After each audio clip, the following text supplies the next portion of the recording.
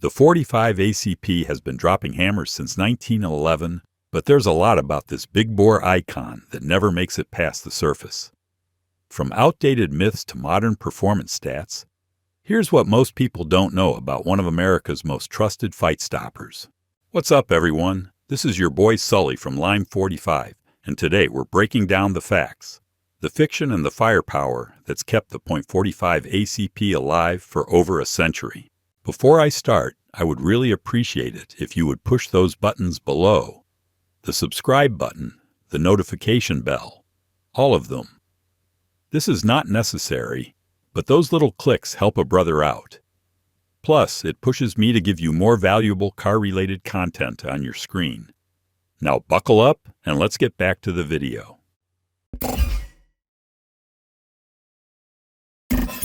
You hold a 230 grain .45 ACP in your hand, and it feels like history.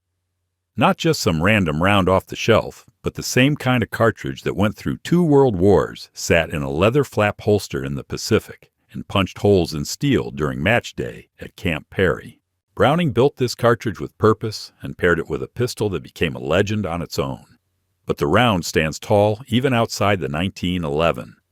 Whether it's in a modern striker-fired rig, a suppressed PCC, or an old warhorse revolver loaded with moon clips, the .45 ACP brings that low-pressure, big-bore push that shooters trust.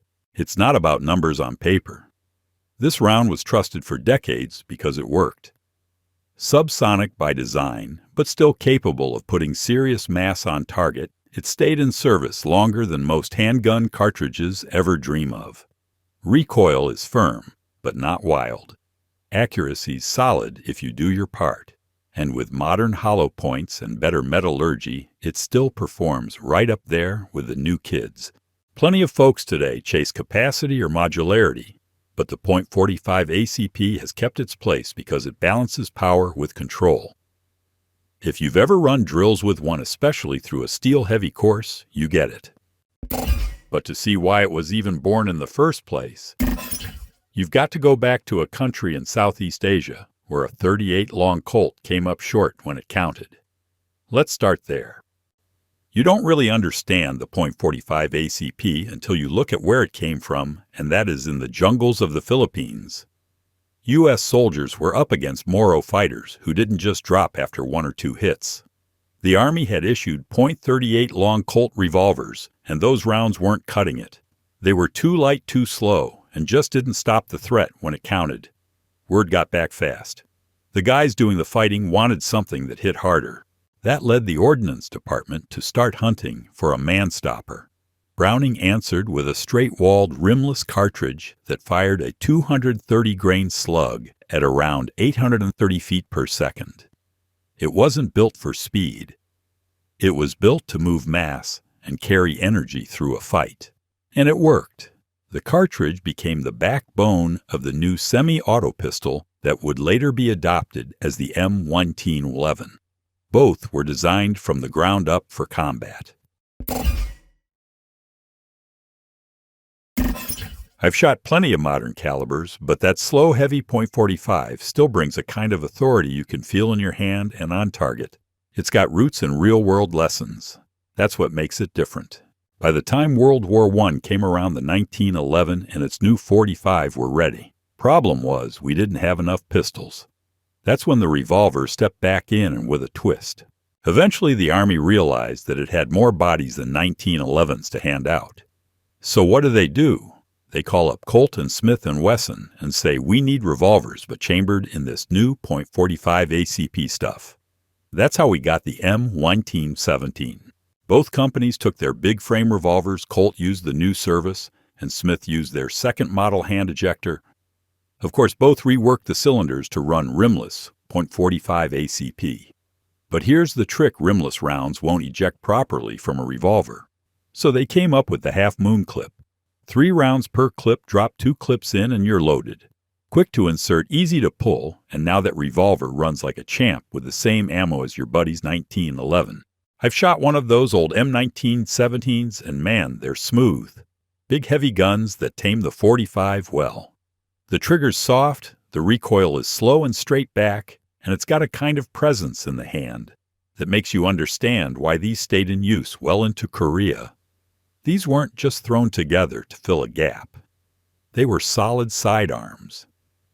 Even without the clips, you can single-load .45 ACP and fire, though you'll be picking brass out one at a time. Not ideal, but it works. They didn't just solve a logistics problem. They proved the .45 ACP didn't need a semi-auto to shine. That round held its own in a wheel gun, which says a lot. Now, anyone who's actually spent time behind a .45 ACP knows it's not the beast people on forums make it out to be. You touch off a 230-grain hardball in a government-sized 1911, and it doesn't slap you around. It just gives you a solid, straight-back push.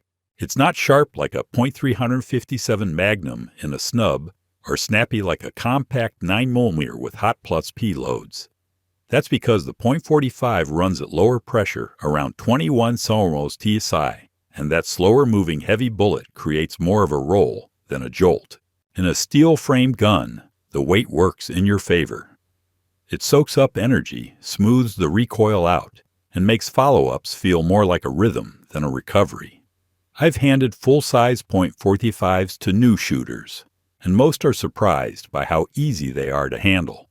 The myths come from guys who never shot one or tried it in some polymer-framed compact that didn't do the cartridge justice. The grip shape helps too. The 1911's thin, single-stack frame lets you lock your hands in place, and the lower bore axis keeps the muzzle from jumping.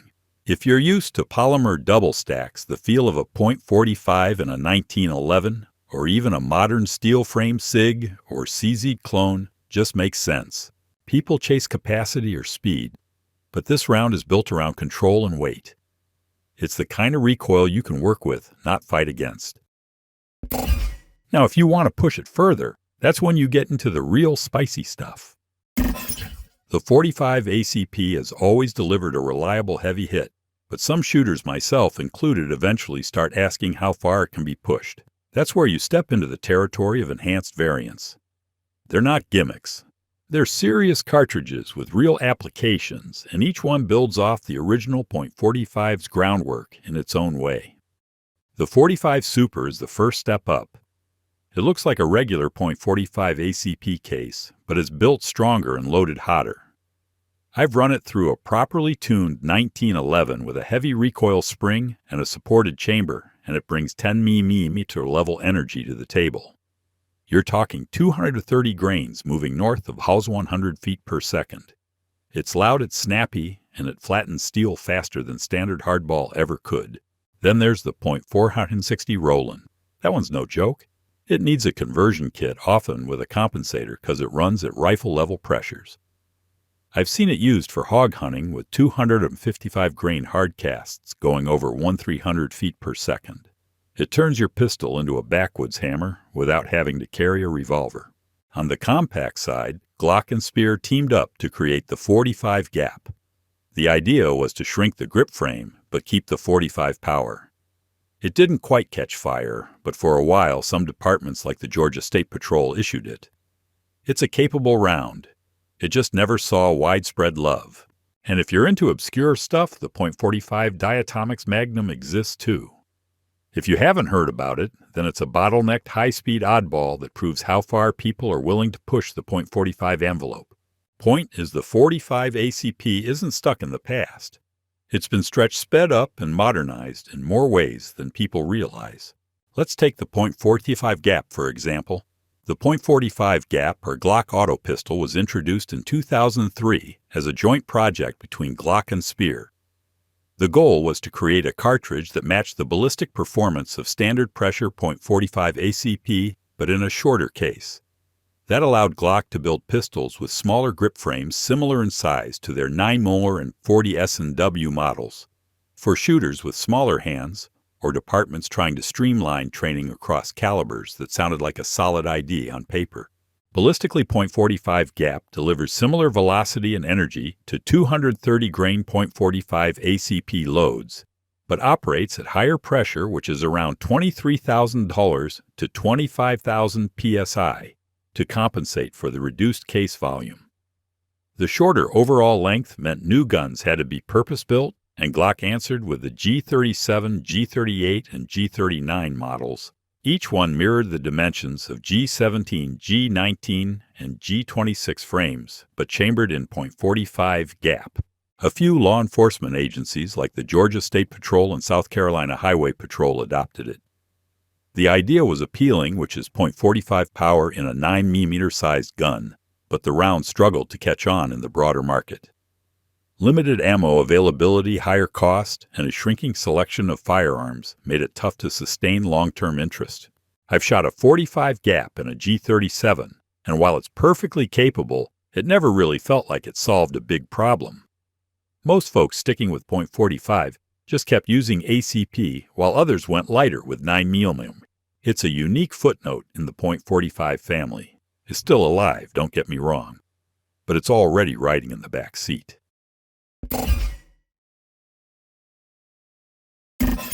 Of course, let's not discard the fact that the .45 ACP was practically made for subguns.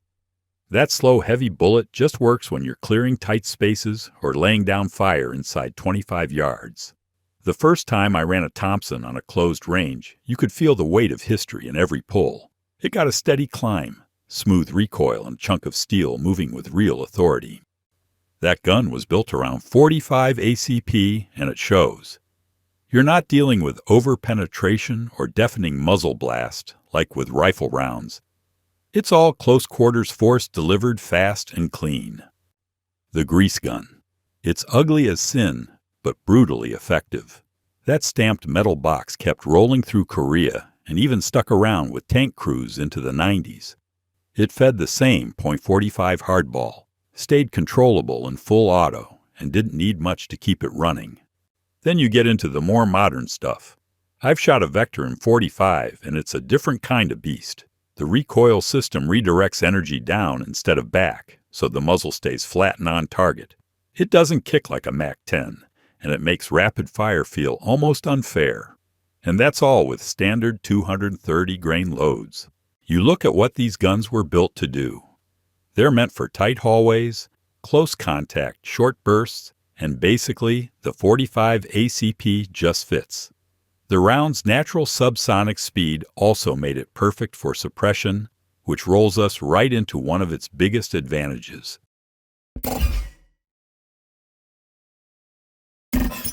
Now ask any seasoned handloader, and they'll tell you, .45 ACP is one of the easiest and most rewarding cartridges to reload. The straight-walled, rimless design makes it smooth to work with on progressive or single-stage presses. Cases are durable and easy to find, especially at the range. Because it runs at relatively low pressure, which is around 21,000 psi brass life, is excellent, and you can usually get multiple reloads out of each case before it needs to be retired.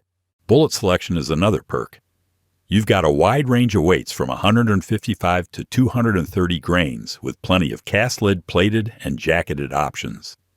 I've loaded everything from soft-shooting 185 grain match rounds to heavy 230 grain subsonics for suppressed use.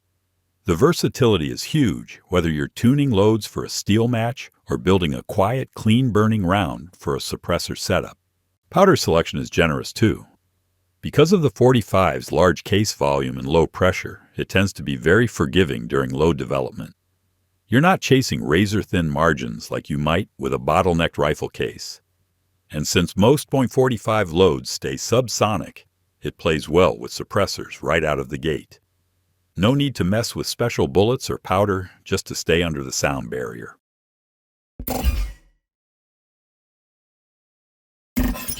For folks who like to dial in their shooting experience or shoot in volume without paying retail prices, .45 ACP delivers real value at the bench. Now let's shift to something more battlefield specific, or how this round held up in some of the tightest combat spaces ever faced. Crawling through a tunnel with a 9mm11 in hand is a whole different kind of fight. Guys who did it in Vietnam or those tunnel rats weren't just dealing with darkness and traps. They were dealing with close-quarters combat where every shot had to count. The .45 ACP made sense because it hit hard and didn't overpenetrate. You wanted to stop someone right then and there, not worry about ricochets or running dry with underpowered ammo. That heavy, slow-moving slug gave you the kind of terminal effect you could count on when everything was chaos and inches mattered. But the downside is that the blast was brutal. Firing a full-powered 230-grain load in an enclosed tunnel without ear pro was like setting off a flashbang next to your head. The concussion, the flash, and the noise, they could disorient the shooter just as much as the target. Some guys ditched the 1911 altogether and carried suppressed .22 pistols or revolvers with less flash and noise. I've shot .45 ACP in tight indoor ranges with poor ventilation, and even that's intense. I can only imagine what it felt like underground with zero room to breathe or move. Still, the 1911 stuck with those men for a reason. When it worked hard. And if you had to bet your life on one shot in a crawl space in enemy territory, a big-bore slug from a steel-framed pistol wasn't the worst card to play. Lastly, the .45 ACP wasn't meant for long guns, but that hasn't stopped people from putting it into carbines rifles and even lever-action platforms. One of the more popular examples is the Marlin Camp Carbine 45. It's a blowback-operated semi-auto rifle chambered in .45 ACP that was designed for home defense and woods carry. It feeds from standard 1911 magazines, making it a natural companion to the classic pistol. Lightweight, easy to shoot, and soft on recoil, it gave shooters the ability to stretch the 45 out to 75 to 100 yards with better control and faster follow-up shots. Another route folks go with .45 ACP is in modern pistol-caliber carbines, like the High-Point 4595 TS or the Chris Vector CRB. Both bring the benefits of a rifle-length barrel to the round, increasing velocity slightly and tightening groupings while keeping the recoil flat. In a home defense setup or on the range, that extra stability makes the big, slow .45 a lot more manageable and consistent. You also have lever guns from companies like Taylor's & Co., and even custom builds that pair cowboy style with big-bore auto ammo. It's a niche setup, but surprisingly fun to shoot and plenty capable within the caliber's natural range. As for specialty loads, Y45, ACP rat shot, or snake loads are still produced by companies like CCI. These cartridges use capsules filled with number 9 shot, ideal for close-range pest control in barns or on the trail. They pattern wide and fast, which is perfect for when precision isn't the priority. That kind of versatility is rare, and it shows why the .45 ACP is still relevant well over a century later. I guess to sum it up, you don't carry .45 ACP because it's trendy. You carry it because it's consistent. That 230-grain slug moves slow hits hard and has a century's worth of proof behind it. I've shot it through 1911s, PCCs, even old wheel guns with moon clips, and every time it delivers exactly what it's supposed to. It's not built for high capacity or flashy splits. It's built to end a threat up close without drama. Yeah, it's heavier. Yeah, the guns are thicker. But if your priority is clean, predictable power in a fight, .45 ACP still makes a damn good case for itself.